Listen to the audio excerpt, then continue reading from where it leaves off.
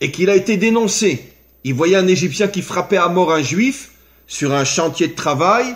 Il a été dénoncé, il s'est enfui. Il était en Afrique du Nord, en Égypte.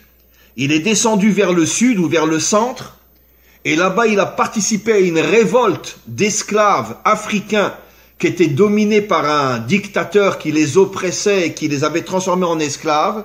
Il est rentré avec eux, il a aidé à la révolte contre ce dictateur, et finalement ils sont arrivés à se libérer. Ce peuple africain, bon, ça remonte à 3000 ans, donc, non, à 4000 ans, donc je ne sais pas quel est le nom, à cette époque-là, quel était le nom de ce peuple. Mais ça remonte à 4000 ans, et donc il s'est battu à côté de ces Africains, ils sont arrivés à tuer le dictateur, et il a libéré ce peuple. Et parmi ceux qui se battaient, il y en avait un qui était un grand ami de Moïse, de Moshe, qui est devenu le roi, un bon roi de ce peuple. Malheureusement, il est tombé malade quelque temps après, et son épouse s'est retrouvée veuve, et Moïse, a épousé la femme de ce roi qui n'aura été roi, qui était un ami de Moïse, qui n'aura été roi que pendant quelques mois.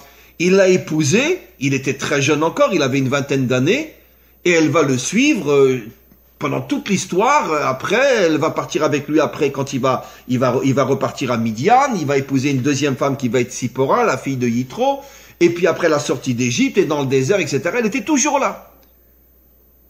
Alors, pourquoi Moïse, finalement, c'est absolument incroyable. Ces deux femmes étaient des converties. Puisque bon, c'est évident qu'il a sans doute converti cette Africaine qui est devenue sa première épouse. Pas convertir dans le sens d'aujourd'hui, parce que le peuple juif n'existait pas encore avec la Torah. Mais disons qu'il l'a, en tout cas, il l'a sorti de l'idolâtrie, ça c'est sûr.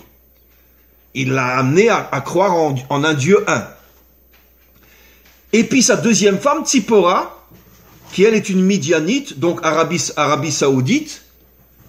Et comment se fait-il que le premier libérateur d'Israël, celui qui a créé le peuple juif, n'a jamais épousé une juive d'origine, ou une africaine, ou une fille d'Arabie Saoudite, et sa première épouse une africaine?